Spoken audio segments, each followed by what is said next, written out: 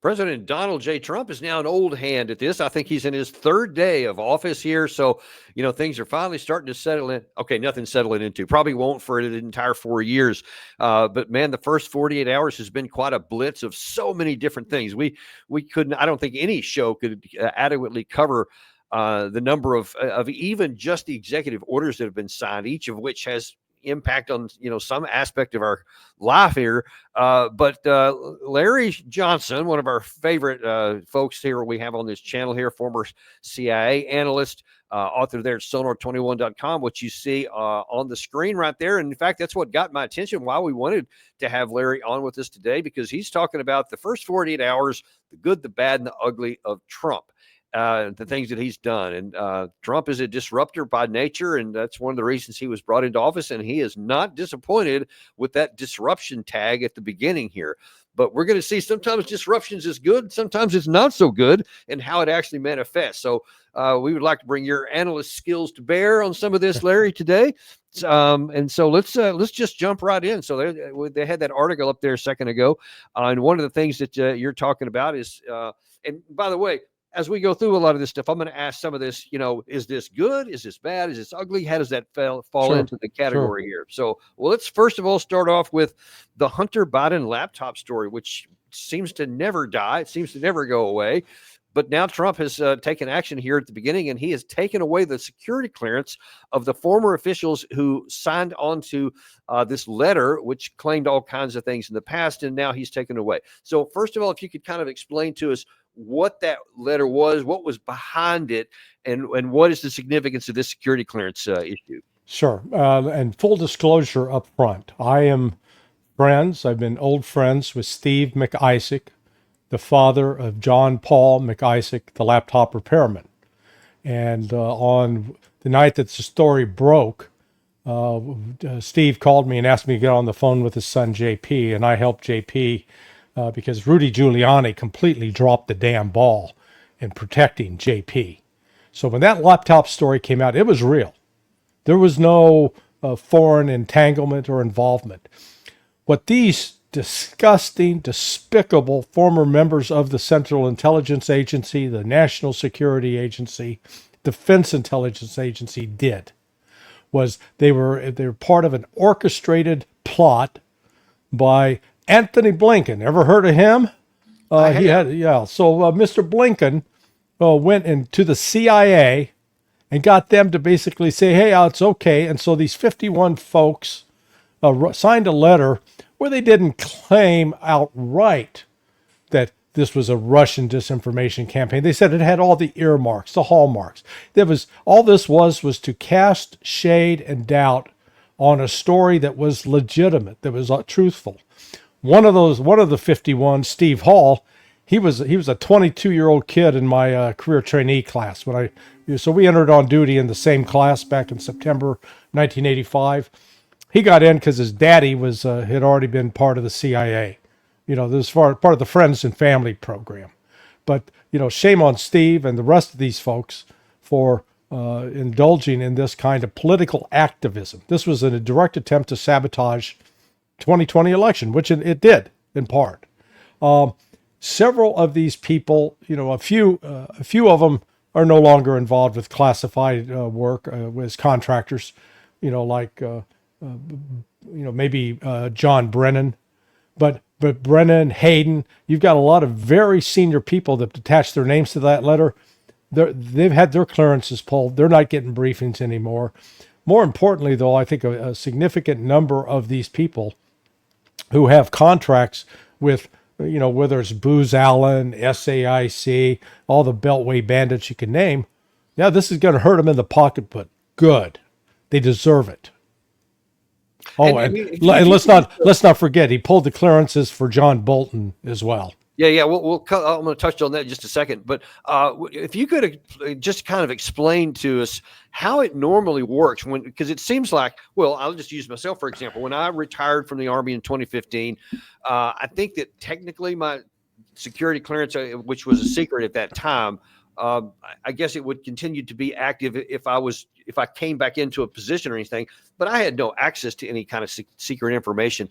But why do they not go away when you leave service, whatever you were doing? Well, you leave service, but then if you've lined up another job. So, for example, when I left the Department of State in 1993, and then was signed up to start working on scripting terrorism exercises for the Joint Special Operations Command, for JSOC and for SOCOM.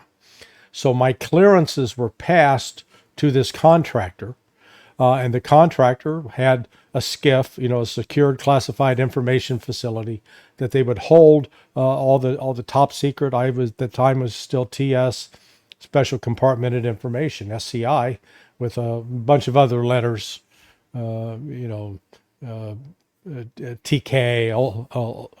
U, etc.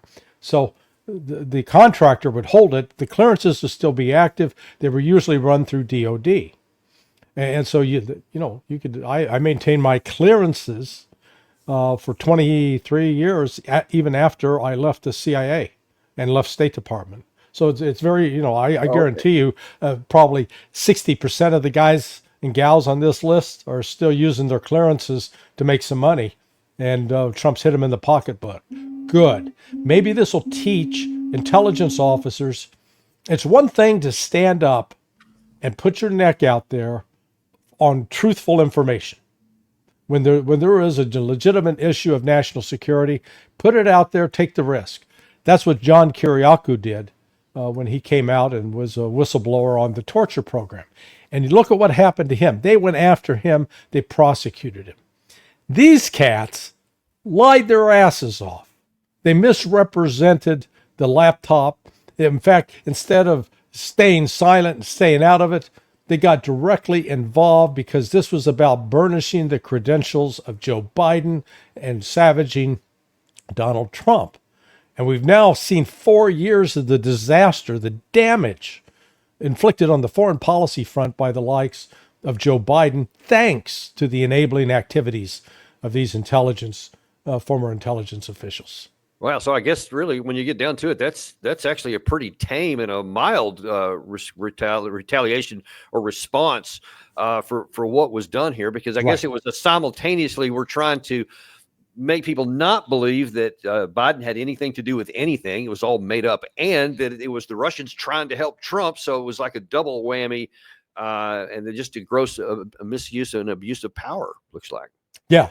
But it's let's not underestimate getting cut off.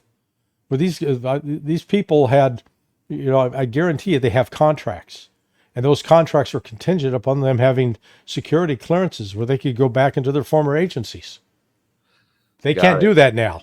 And all of a sudden, hey, your reason for being in Washington, gone away. Trump's cut them off at the knees. Well, I certainly hope that in addition to just issuing that executive order to strip them of their security clearance, I hope they actually say something about this so that the public is able to see, exactly what was going on, so they see why this is an appropriate action here. I want to kind of have a quick break here because Gary has just alerted me that there's a new action by Trump, which will fit right into our theme here, that he is sending troops. Pentagon is sending up to 1,500 active duty troops to help secure the U.S. Mexico border. I wonder if you can kind of, first of all, let's just look at the legality of this, because there's all this, people hear this term Posse Comitatus a lot when anytime you're talking about using U.S. troops on American soil. And apparently, or at least the common belief is that means that they can't do much of anything in our country. But I wonder if you can explain to us a little bit about what is Posse Comitatus, and does it or does it not apply to this situation? Actually, I'm really not up to speed on Posse Comitatus. What I do know is we've got these various military commands scattered around the world. NORTHCOM is one of those. Then NORTHCOM, what does that deal with? Oh, that's North America Command. It is the one, it's the out of EUCOM, AFRICOM, INDOPACOM, SOUTHCOM, all these comms that are scattered around the world. The only one that's supposed to be dedicated to defending the United States, to using military force to defend our borders, because the Posse Comitatus is, you don't want the military being used against American citizens. However, Okay. my understanding is that you can deploy the military force to stop a foreign invasion. To Which, protect American citizens. yes, So and so that that's what I think that's the key part to this decision. They Yeah, could Gary, if also, I could, by the way, as we're continuing forward, if you see any comment by Trump or anything, just please don't hesitate to break in with that. Okay, I got you down there. yeah, All right, well, let's take a look though, Larry, at the utility of this. Does this make sense? Is this something that could actually help, or is it just something that looks good? well, right now it's in the look good category. I mean, it's a it's a long border, and it's being overwhelmed at several points. But it establishes the precedent to put these troops out there to basically reinforce Customs and Border Police, the CBP folks. They have been overwhelmed, and really they've gone for the last 4 years where they've been prevented from doing their jobs. And the hordes, just the thousands of people that are swarming the border points trying to get across. So I actually, I hope that this gets expanded from 1,600 to 16,000. You know, you could use it'd be nice to have three or four brigades out there running around trying to reinforce and to help shore up. And what would they physically do on the border? Active troops. I think they could actually establish defensive perimeters and secure points that anybody that would come across a particular point would be taken into custody and then turned over to CBP. So they would not have a law enforcement, but they would be able to apprehend people. They wouldn't be able to arrest. That would have to be carried out. But one of the ways to deal with that is you establish a liaison officer from CBP to each of those units. So you place 3 or 4 CBP officers in each of the U.S. military units. That the military provides the manpower for grabbing the people. CBP provides the legal authority for processing them and booting them out.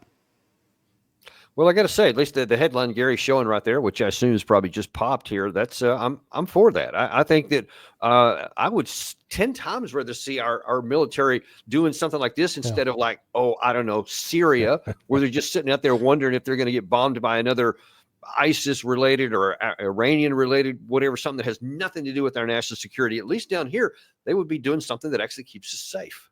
I'd like to know who the commander of NORTHCOM is, because when you think back to your Army days and you're wanting to get promoted, man, if you wanted to get, fast track it to the top, you wanted to be in CENTCOM. That's where the action was. Maybe secondary that Lloyd Austin was in CENTCOM. Or Indo-PACOM. Yeah, there was some action there. EUCOM, sure. Got NATO, Ukraine. NORTHCOM? Come on. That's where you go get a hammock and you stretch it between 2 trees and someone brings you a daiquiri from time to time to suck on. No, nothing going on there. Not now, boy. I tell you what, that headquarters out in Colorado Springs, and I've done some counterterrorism exercises out there as well. They are spun up, I guarantee you. And now all of a sudden they're having to activate units that have never, they've gone through these exercises where they've activated them actually, but never really done it for real. Now they're doing it for real. Yeah, and we'll see how that's gonna work out long term. I mean, that could, presumably, because I know that the unknown to a lot of people is that in our past we have used the troops to secure the border. It's not anything that's unprecedented. There's a lot of people, especially on the left, who don't want anything to do with this, and they don't even want to use it. They try to make it sound like it's something that's just so far from any kind of normal usage of the military, and we've never done it. Blah blah blah. But actually, we have. And, I know this is a little bit off topic from what we were talking about. I just kind of want your assessment, especially as that you've done counterterrorism stuff in the United States and you've been involved with that before.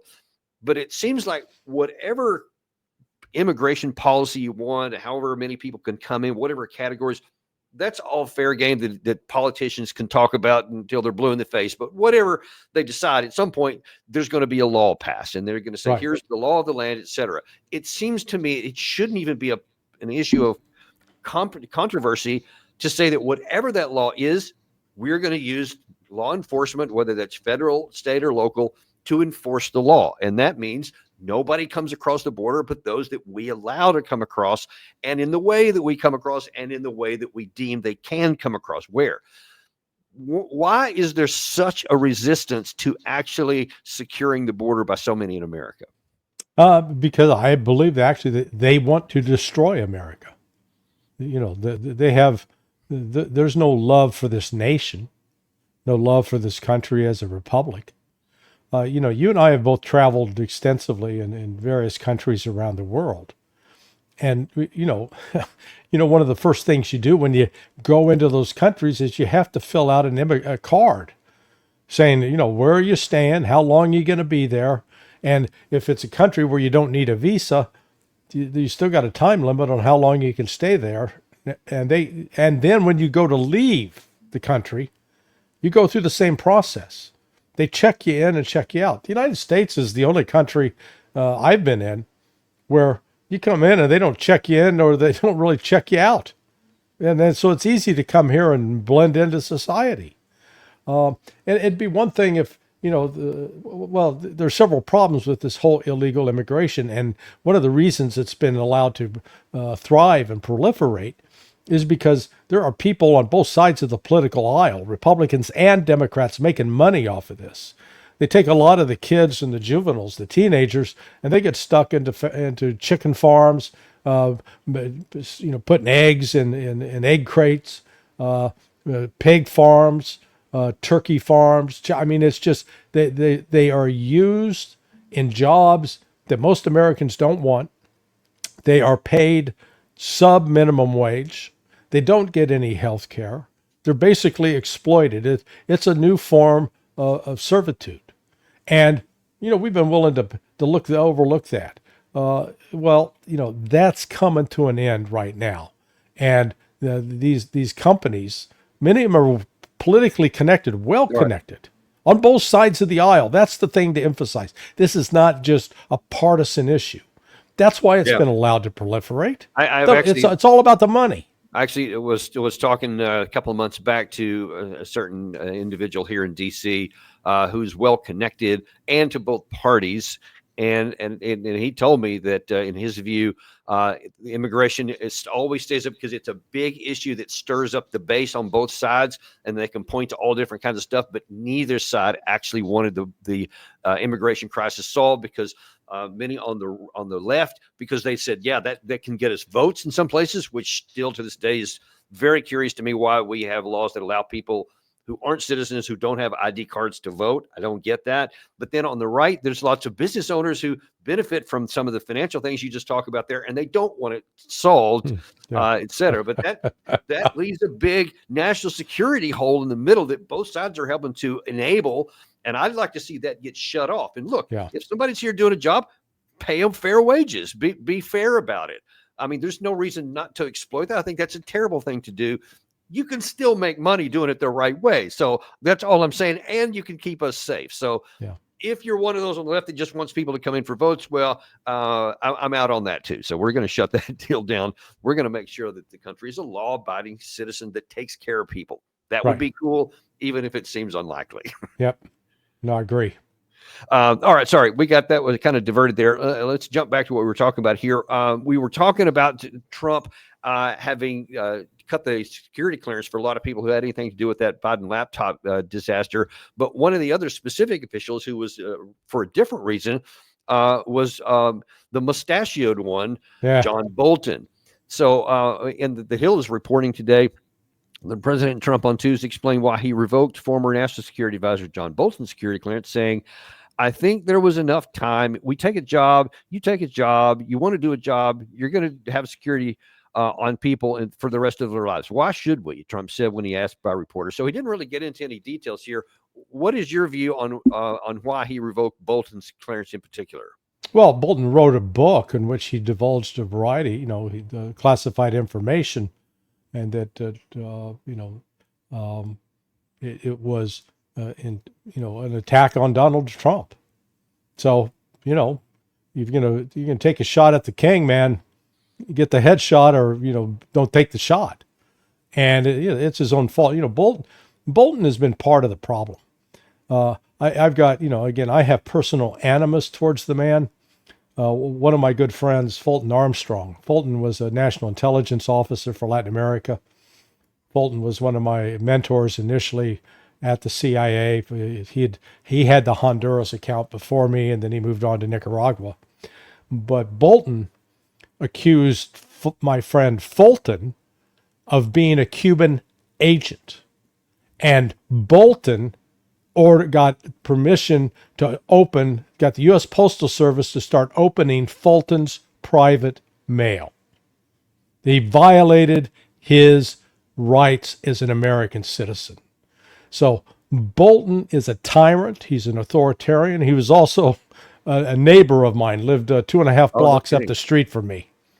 So I did miss my chance one day when he was out shoveling snow. I could have, driven by, hit him with a snowball or something. Oh man. But it's just, Bolton's a bad guy. He's not an honorable, good American. He is all about stirring up war and conflict, and has no second thoughts whatsoever about violating the constitutional rights of other American citizens. It's funny. I think it was in 2021. No, it must have been before that. At one point during his time in the Trump administration, he got somebody's security clearance revoked, and he was very open about saying, "Yeah, I did," and that's exactly right what he get. And then now that he tweets out after this one that he's so disappointed that President Trump stooped to this kind of thing here. When he himself uses it without compunction. But yeah. I guess that speaks to the kind of character you're talking about. Yeah, no, he could dish it out, but he can't take it, And that's the other thing is Trump also pulled a Secret Service detail. I wasn't even aware he had a Secret Service detail. Yeah, well, that's what I was going to wonder. Why does he get a Secret Service detail? How does he rate that? Yeah, they used a story that the Iranians want to kill him. There could be some legitimacy to that because I think the Iranians and all these Iranians are smart enough to realize how toxic he is. He's better off to them alive than dead. Don't make him a martyr. Yeah. Of course, I'm not for anybody being killed like that. So I want him to be safe, even though I dislike nearly everything he stands for. But honestly, if you know how deeply he's been in bed with the MEK, which is the mortal enemy of the Iranian state, making big speeches and all this kind of stuff. He's he's a big enabler of terrorism. On the one hand, he condemns Hamas and Hezbollah. They're the gross terrorist outfits. But then he embraces a group that actually carries out terrorist attacks and kill. So as long as it's killing people that we like, it's okay. Yeah. I come at it more, hey, I'm against the use of violence against civilians regardless, okay? Yeah. Across the board. That shouldn't be done.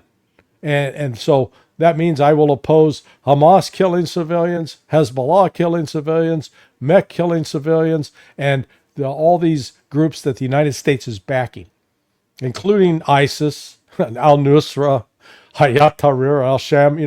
On the one hand, we've got this whole scam going in the United States.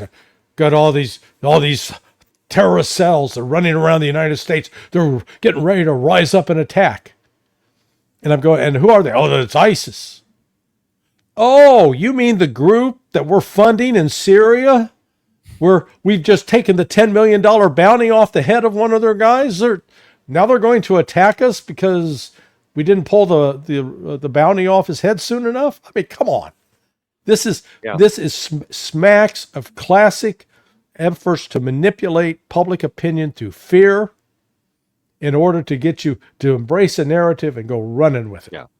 Yeah. We actually talked about that earlier today with on our previous show about the Russia-Ukraine war. A lot of that going on in the West. But okay, so that's the first two issues. The people that were taken off of the security clearance for the Hunter laptop Biden issue and the issue with John Bolton. So are those good, bad, or ugly from Trump's perspective? Oh, good. Very good. All right. So those are good. All right. Moving on to the next one here. Trump calls Xi Jinping.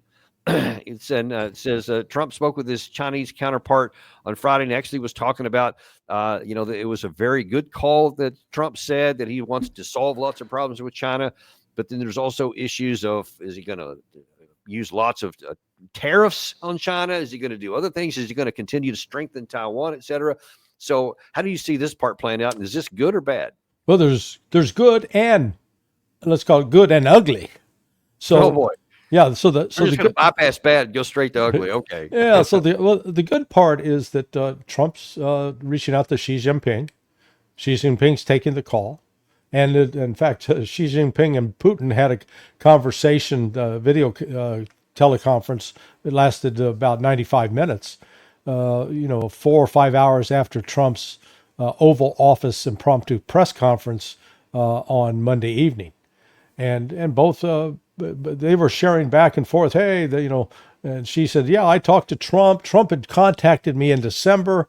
Went ahead and we had this discussion, and he said he wants to talk things out. So that was positive." And Putin indicated, "Yeah, I want to talk to him." So that's the good news. Trump is back into the communications world, and you got to separate Trump from his bombastic public bullying, threatening posture to what Trump is actually like when he's on the phone, he's face to face, he's trying to work the art of the deal.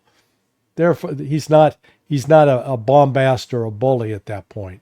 He actually is a gentleman, and he tries to, and he's congenial. And you didn't hear both Xi and Putin, the respective governments, put out readouts on those conversations very quickly, and neither of them were saying, "That Trump, he's a nasty old SOB, and God, we hate talking to him." No, they were very upbeat about talking to him. So that's the good news. The ugly part, though, is Trump is locked. He hasn't caught up to today, to the what's happening currently. He made a comment the other day about, China's not, they're dissing our automobile industry and they're not selling our cars. Duh, catch on. What has happened over the last 4 or 5 years is previously General Motors and Ford were two of the biggest sellers of automobiles in China. They had significant portions of the Chinese market. Chinese finally woke up and said, "Wait a second. We don't have to rely on these foreign car manufacturers. We'll make our own cars. And we'll make a lot of electric vehicles." So they started making their automobiles. And I tell you what, these automobiles looked like they were produced by one of those TV shows, called Pimp My Ride. They'd go get a car, man, they'd trick it out with cameras and television screens and stereo and lights. The Chinese are building some amazing automobiles, and they're cheap. Cheap labor in China. But the point is, they haven't yet been allowed to compete in the United States. Trump is going to insist, "Yeah, you got to let our automobile manufacturers come in there and compete." And see the Chinese say, "Great. Let ours into the United States too. Quid pro quo." And, so the art of the deal and that kabuki dance is going to start. But that was one of sort of the ugly moments that Trump still thinks he can charm his way out of this with the Chinese. And the fact that after he made those statements in the Oval Office to the press corps, that within 5 hours, Xi and Putin, they're sitting down saying, "Hey, let's coordinate, let's share information back and forth. This is what he said to me. This is what he said to you. And this is going to destroy the notion that this Chinese-Russian relationship is ephemeral. This is not a one-night stand. These people have basically taken an oath of marriage. They're in for a long-term relationship." All right. So, is there room for Trump to have a cooperative relationship with Xi? We'll stick to this one topic here about the auto industry. Is there anything he can do within his power as president to make the U.S. automobile industry more competitive so that it can get into the Chinese market, that it can be making products that are beneficial and cost effective in the Chinese market, and to have more options coming in too, so that it's a win-win? Is that even possible? No. The Chinese have eaten our lunch on this. I mean, if this was a car race, our car's still at the starting line. We can't get it started, and they've already made 2 laps. And so, but we've got to look at this also in the broader context. So the United States is continuing to try to, we think we can sanction our way out of this. We think we're so big and powerful, we control so much, we're going to hit these people. That'll make them think twice. And that's one of the reasons Trump is going after China and the Panama Canal. The whole Panama Canal issue is all about China, because the Chinese, there are three major container ports at the north end of the Panama Canal in the Cologne Free Trade Zone. There's one major container port, I think it's called Balboa, down at the south end. The Chinese have management contracts for those container ports. Now, they don't control the Panama Canal. Yeah. I want to interject here for our audience who may not know. I actually went to Panama a year and a half or so ago and went to the canal and went to these very ports that we're talking about here. And when you look back at the history of this, so we handed over, I believe it was 1997, to the Panamanian government, and they contracted two Hong Kong companies, or maybe it was one Hong Kong company, to work some of these locks here. They have been operating without change ever since that time, i.e. There's nothing new that has happened that makes us suddenly go, oh, China is controlling this. It's a company. It's not the Chinese military. The Panamanian government has had, still has, and will continue to have control over those locks. So if that's the actual issue, the truth on the ground, what has got Trump all spun up, and what does he intend to do with it? Yeah, I think he's using that as leverage in his attempts to negotiate with China and to work a deal with them. That's going to be one of the issues on the table. But as you correctly note, Danny, I mean, I started going there actively in 1999, 2000. I was doing product counterfeiting investigations, money laundering investigations. So I worked extensively in the Cologne Free Trade Zone. And we also did compliance programs for casinos. That was particularly funny because those casinos, man, they make their money off of the Chinese. The Chinese are in there. They love to play baccarat. I mean, I don't know what it is about the Chinese, but you give them a choice between roulette, blackjack, poker, baccarat, man, they're all on the baccarat table. So, that's been going on for 26 years. And it does raise the question, this was the case. Chinese presence, control of those ports, providing management support for the canal. That was the case back when Trump was president in the first term. At no point over the last 25 years, to my knowledge, have the Panamanians or the Chinese said to the United States, no, your ship can't come through here. Or have they said, oh, you're a U.S. ship? Oh, you got to pay twice the tariff as everybody else. None of that's happened. Right. Everybody, whatever your ship is, you pay the same price coming through. And so this is Trump creating an issue that has nothing really to do with Panama's operation of the canal or, quote, Panama ripping us off. They haven't ripped us off. This is about going after China and the fact that what Trump is now realizing, the Chinese have significant influence over that waterway. Now you can make a big argument about how relevant and critical naval forces are anymore in light of the development of hypersonic missiles. Right. Or naval drones. You can add that in there too. Yeah. The Black Sea Fleet about that. But so here's the question though, is whatever his intent may be, is this going to create any positive leverage for him to get something somewhere else? Because I don't know what he has to give, because unless oddly enough, he did make that comment in his opening day, in his inauguration speech, that we're going to, quote, take it back, the Panama Canal. So he didn't explain what that meant. But I mean, it would be a major international event if he, in any category, went and did that. What is there to gain for the United States by this whole move? Nothing to gain except bragging rights and to say, oh yeah, see, we're still the big dog on this street. Will this provide some sort of leverage for Trump to get something from China elsewhere?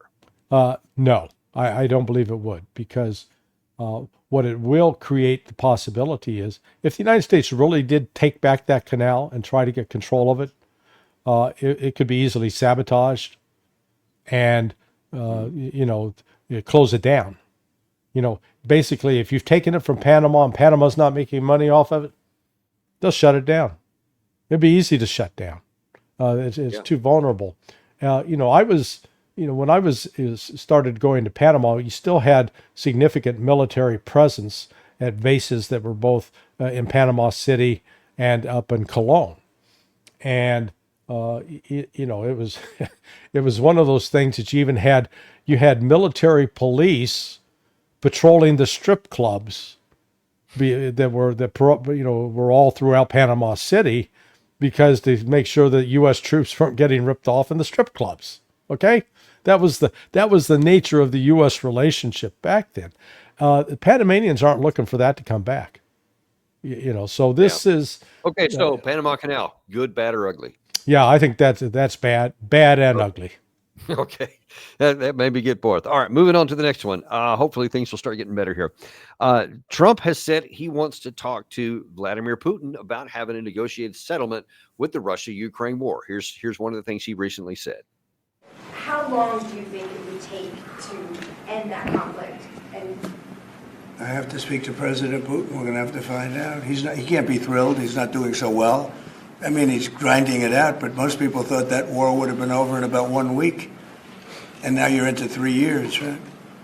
So he can't be thrilled. It's not making him look very good. Now, eventually, it's a big machine, so things will happen. But I think it'd be very well off to end that war.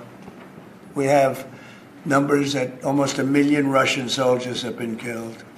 About 700,000 Ukrainian soldiers are killed. Russia's bigger. They have more soldiers to lose. But that's no way to run a country. So let's look at a number of things you said there. Yeah. First of all, let's take a look at one of the last things you said was that Russia has suffered over 1 million killed and wounded. Actually, I think he said 700,000 killed or something like that. 300,000 irretrievable losses for a total of 1 million is what his administration is reporting. Yeah. True or false? It's a lie. It's false. That is generated by the CIA. How do I know that? David Ignatius just wrote a piece with I call it the hagiography of Bill Burns. And Bill Burns in that article specifically uses that 700,000 plus number. That's how we know the CIA is telling Donald Trump this. Trump is relying upon CIA fabrications. Total fabrication. It's not true. It is a lie. It's based upon taking numbers that are being given to the CIA by the Ukrainians, and these CIA analysts, they're morons, because if they take that crap at face value, they don't push back, they don't do any kind of independent analysis, and then they're facilitating a deception. And so but Trump's being given bad information. And within that bad information, he's being told that also the economy's suffering in Russia. No, it's not.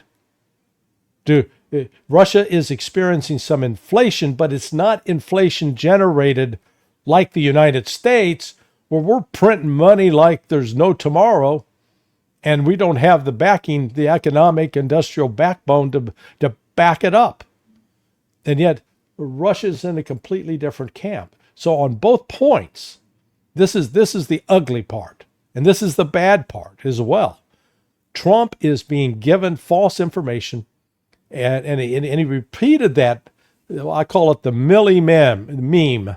So General Milley had emphasized that, Russia failed because they wanted to conquer Kiev in 3 days or a week, and they didn't do it. So this was a failure on Russia's part.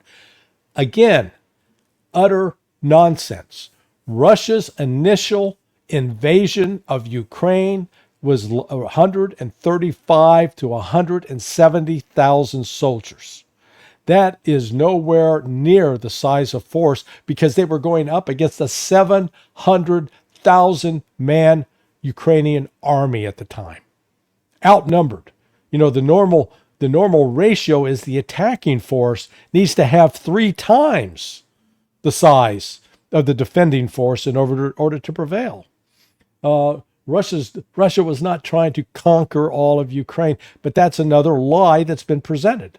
So here's Trump repeating that lie. He's repeating the lie about casualties. He's repeating the lie about the suffering economy. So I think he genuinely believes, man. Right. I was going to say that's the risk, and maybe what makes it ugly, not necessarily from his perspective, as though he's being the ugly, but that he is the victim, if you want to look at it that way, of misinformation from the inside. Yeah.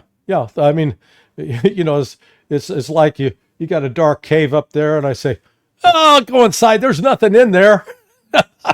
You go in and find 2 sleeping hungry bears. Whoops. Maybe my promise that there was nothing in there wasn't worth relying on. And what they've positioned Trump to do now is to go try to make demands of Putin. And Putin's going to say, that's not true. You are badly misinformed, Mr. President. And when you get your information straight, and when you have straight information, come back and we can talk.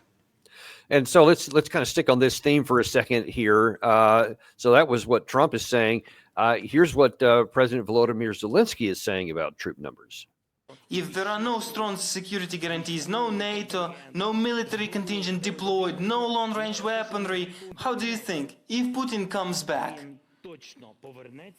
he will definitely come back with the army 10 times more than the grouping he had in the very beginning of 2022, because it is already almost 4.5 times more than it was. And when he comes back with this grouping for the full occupation of the countries that are former republics of the USSR, that is number 1, and then he will do what he has done with our Crimea. He will be coming to other EU and NATO countries to stand there, to issue those ultimatums, to make demands to the countries. He will be bringing us and you, everybody, to the world that lives in his head. This is what will be happening in case there are no strong security guarantees. Okay, let's look at a couple of different things here. Let's first of all look at it. I think that there probably is some truth to the numbers of the troops that the Russians have right now. Let's look at that part first. Is Russia 4 times bigger inside Ukraine than it was in February 2022? Oh, dramatically so. Let me give you the actual numbers. It wasn't quite clear there, but in other parts of his speech, he made these numbers clear. So basically, he stated that Russia started in 2022 with 250,000 people. He then claims that Ukraine has killed 800,000 Russians. So in other words, killed, that initial attacking force killed 3 times that number. But now here's the kicker, that Russia now has 1.25 million soldiers. You know what? I think Volodymyr Zelensky is math challenged. He has trouble with simple addition and subtraction. The fact of the matter is that the Russian numbers during the first 8 months of that special military operation hovered around 150 to 170,000. That's why when the Ukrainians launched their offensive, their counteroffensive in September of 2022, that the Russians simply did not have the manpower mobilized at that point, because up to then they had really calculated that they'd be able to reach a negotiated settlement, and they almost did, were it not for Western interference. That's when Russia kicked in its mobilization program and began. They first called up 300,000 reserves. So it's not like they had to go out and take some brand new untrained recruits. They had guys that had prior military service. They were activated, given a quick refresher, pushed out on the line. And then from that point on, it's changed its offensive operations. Throughout this entire period, from October of 2022 until today, Russia has enjoyed an advantage of 8 to 10 to 1 with artillery shells being fired, just alone. Not to mention a similar superiority on the drone front. And so whenever you have that kind of decisive advantage with both armor, with artillery, with drones, and with manpower, fixed-wing aircraft, the casualties that are being suffered on the Ukrainian side dwarf what Russia has incurred. The best estimate I've seen and it's based upon the work by actually a British group that are not in any way considered pro-Russian, is about 100,000 Russians are now dead. Russian soldiers have died in this. It's not an inconsequential amount. I'm not trying to minimize That's it. huge. Yeah. But it's not That's a million. By comparison, that's how many the United States lost in World War One. A Yeah, country as yeah. big as we are against this, and that's how many Russia has suffered here. So that's a big number by itself. But in comparison to Ukraine, they have literally suffered more casualties Ukraine has than the United States in World Wars I and II combined, and that is a staggering figure. Of course, another way to look at it, Danny, that's 6 years of body counts in Chicago for murders. Okay, that's pretty. That's scary on a different reason. Yeah. Just to put, ugly to throw that in as a bonus. And again, I put that into context because look here in the United States, we go about our daily lives with not even giving it a second thought when we've got thousands of people, tens of thousands of people dying from fentanyl overdoses, that die in automobile accidents, and that die in murders in the big cities. When you total up the murders that are taking place in Chicago, in Philadelphia, in New York City, in Baltimore, in Atlanta, in Oakland, in San Francisco, in Los Angeles, you know what? We rapidly get up over 30,000 a year. And we're not going, oh my God, we got to stop, So, yeah, Russia suffered 100,000 casualties over 100,000 KIA over 3 years.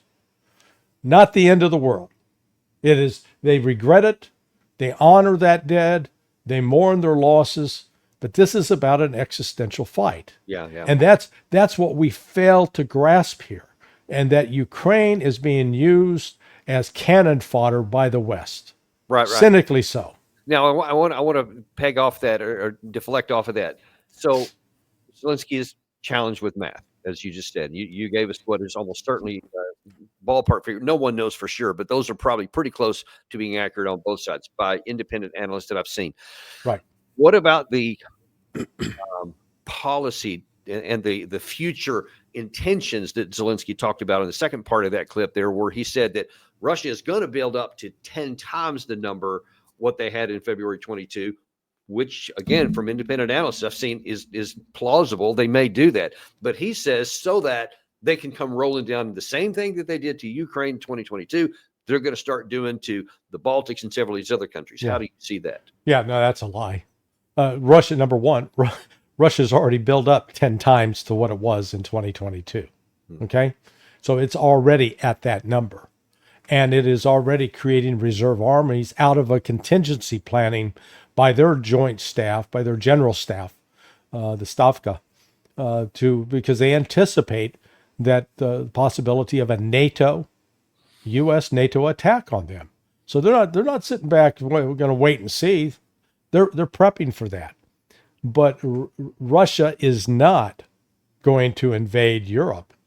They don't need all the. By the way, let me just interrupt you for just a second here, because there's one other thing that Zelensky said in the midst of all this, that quite long speech there at the Davos, which I thought was very interesting and not good from our side.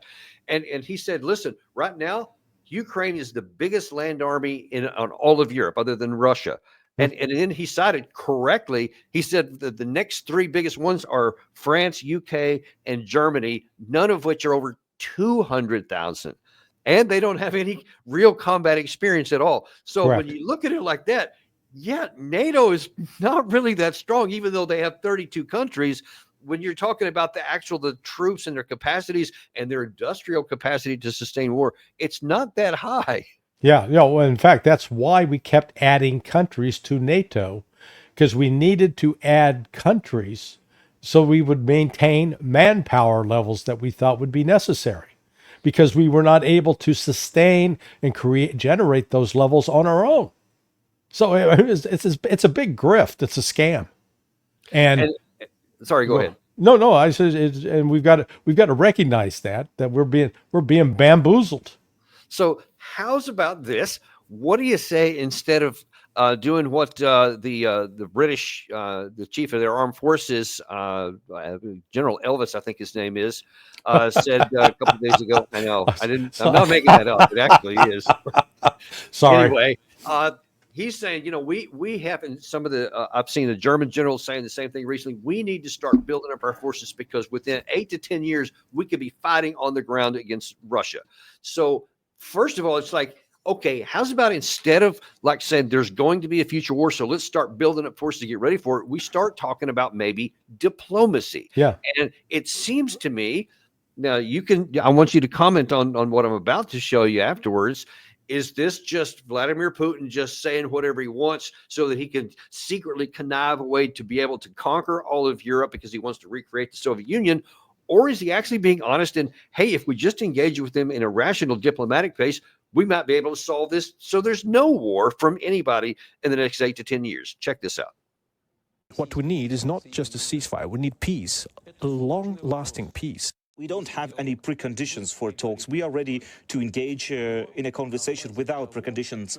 But there has to be a basis of something that we've agreed upon during the talks in Istanbul in late 2022. And based, of course, on the realities on the ground at this moment. So is he genuinely want to reach a peace settlement, or is he just trying to bamboozle us so that he can conquer us? No, I think he's genuine. I mean, I've heard it. I've heard the same sentiments directly from the deputy foreign minister of Russia, Sergei Rybkov.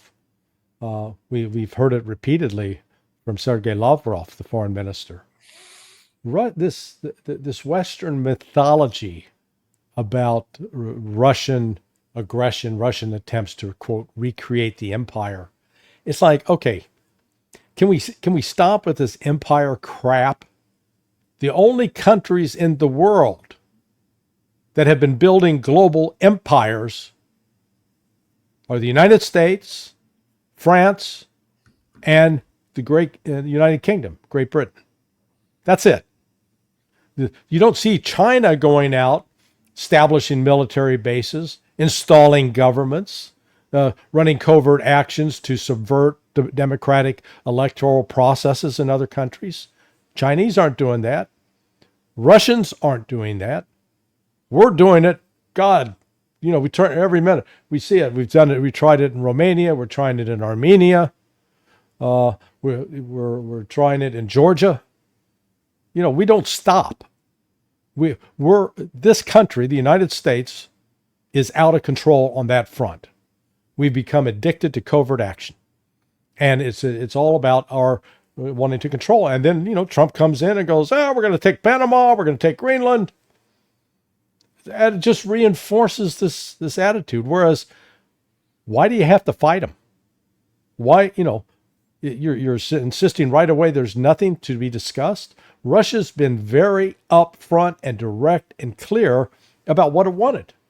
It said, hey, take those missile bases that you're putting on our borders and withdraw them.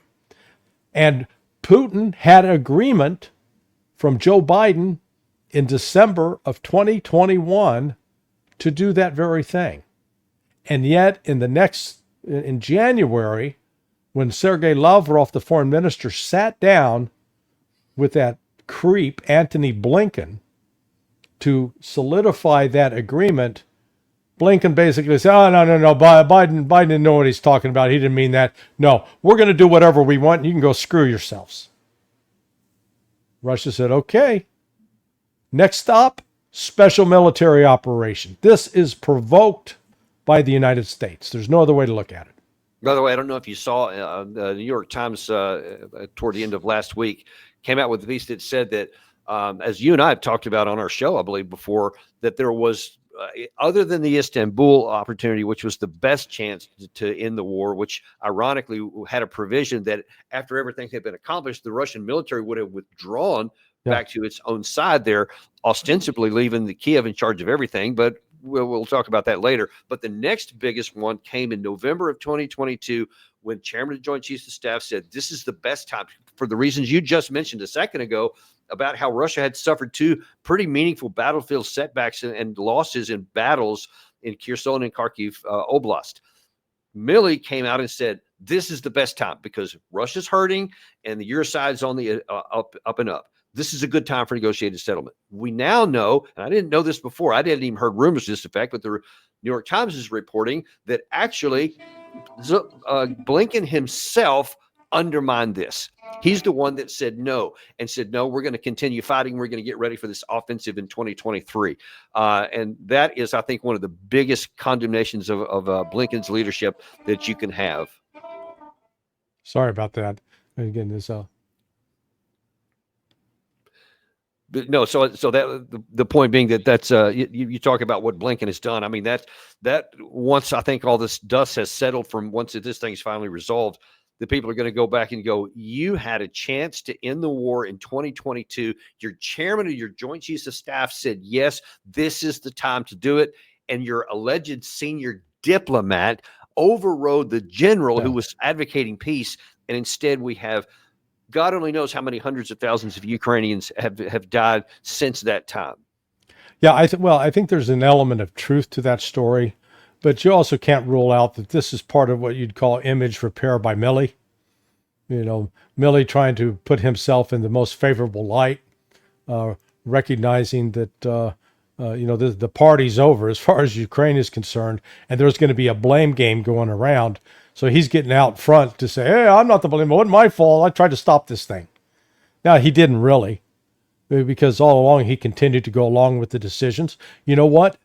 If he really genuinely believed it was a bad choice, he could have resigned in protest. You know what? This is unconscionable. I'm not going to stand for this. I put my reputation on the line. Oh, my God. Him? You know, one of his monthly orders was chapstick. He had to have enough chapstick so he could make sure he could kiss all the ass he could get access to in Washington. All right? And that's what Milley is. You know, he is, and this is not to excuse Blinken. I have no doubt that Blinken, overrode him perhaps. But Milley to try to present oh man, I was just standing, this was awful, and oh my God, how did this happen? Please. Right. Okay. So I think we can qualify that one. That's ugly. Ugly. Very ugly. Fully in the ugly. Not even bad. In the last few minutes we have here, what can Trump do on the good side, given all of these realities we just talking about, and the roadblocks and the difficulties to peace, both inside and outside of the Western Bloc, quite frankly? What can he do, given all these realities, to get this Russia-Ukraine war off the table? I would counsel do no harm. What he needs to do, and actually, I was thinking about it. I think he did it. I'm not sure whether he was conscious or unconscious, but remember he ordered a freeze on all foreign aid for 90 days. I didn't see anything in that executive order that said except Ukraine. So that means aid to Ukraine's frozen for 90 days. I've seen the media say that it's accepted, but I haven't seen anything from the administration saying it's accepted. Well, it was on in one of the executive orders. One of the executive orders that Trump issued said all foreign aid is shut off for the next 90 days until we have a chance to figure out what's going on. I think that includes Ukraine, and it may actually include Israel too. That's an interesting part, but. So, cutting off that aid is one thing. We got sort of indirect confirmation of that yesterday from other reporting out of the Pentagon that all of the people who were the prime movers in shifting aid and sending weapons to Ukraine, they're now out the door. They're no longer on the job. They've been removed. So Trump may have already done a positive in that regards of really putting pressure on Ukraine. Zelensky's appearance at the World Economic Forum didn't do Zelensky any favors in terms of endearing him to Donald Trump. He's just upping himself on the hit list, in my view, that his days are numbered. So that's what we thought too. But Trump, Trump in his recent statement, he's still sort of in the bad and ugly category with respect to Russia, where he's saying, we're going to tell you what the deal is, and you accept it or else. And Russia's basically going to say politely, they're going to say politely, screw you. You're not going to bully us anymore. You're not going to boss us around. You're not going to threaten us. We're driving this charge. We are doing what we're going to do to protect our country, just as you would. And to that extent, once Trump comes to understand that, then he'll be able to negotiate with Putin. Until he reaches that point of understanding that message, the negotiations aren't going to go anywhere. Yeah, and I hope that he does that. I hope he's willing to. I actually did a show with Tucker Carlson. We recorded it last week anyway. It still hasn't aired yet. But one of the things he said in that really stood out to me, Tucker did, when we were talking about this very aspect, he said, listen, I know that it will be a shock to the institutions in the West right now. They'll be shocked if Trump comes in and negotiates something to end the war that doesn't end up good for Kiev, et cetera. And he said, but that's just what has to happen. He goes, Trump should just ignore them. They didn't vote for him anyway. And the people who did vote for him want him to do that. So it'll be a firestorm, but he should just say whatever. So I hope that that's exactly what Trump does. Well, let's end on, the really good news about Trump in this time as president. In 2017, he came in completely unprepared. Completely. He didn't have top tier officials selected, much less second, third tier officials selected to go in and take over the bureaucracy. He was basically a hostage to that bureaucracy, and they ran circles around him. They thwarted his policies at every step. Not this time. The boy came ready to play ball. He showed up, especially with his big pen, all those executive orders. He showed up. They had crafted these executive orders. They knew that there's going to be a legal pushback, but all of a sudden they hit these lawyers with a tsunami, an absolute tsunami of executive orders. Now you go through those orders. I think some are really good. There's some ugly ones in there. There's some bad ones, but across the board, what he was doing was taking control, showing that he was prepared this time. Yeah. And he not only had his tier 1 group ready to go, he had tiers 2 and 3 already selected. They had vetted him. They had talked to him. And they made sure that they've got people that are going to be loyal to him. So I said, whether you like Trump or hate Trump, give the man credit. Yeah. He learned from the first term. He's come ready to play. He understands what the game is now. The first time, he showed up thinking, I hear we're playing badminton. And no, it was full-on rugby. After he got his ass tackled a couple of times on the field, he goes, I think I better gear up and prepare to play the proper game next time. And he did. I think he did, yeah.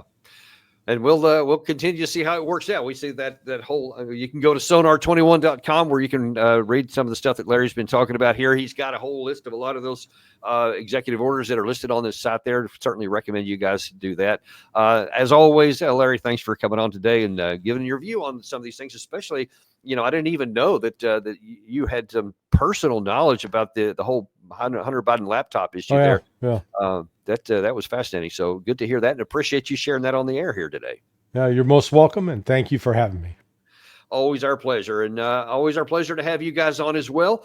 Also, to let you know that we're on podcasting now, and because I know a lot of folks, they can't watch videos, but they do like podcasts, and some people actually prefer podcasts. And so, by all means, share this with your friends. They can go to Apple Podcasts, Spotify, Podcast Addict. Just type in Daniel Davis Deep Dive, and you'll find us waiting there for you or your friends. Thank you very much. Be sure and like and subscribe if you haven't done that on your way out, and we'll look forward to seeing you on the next episode of Daniel Davis Deep Dive.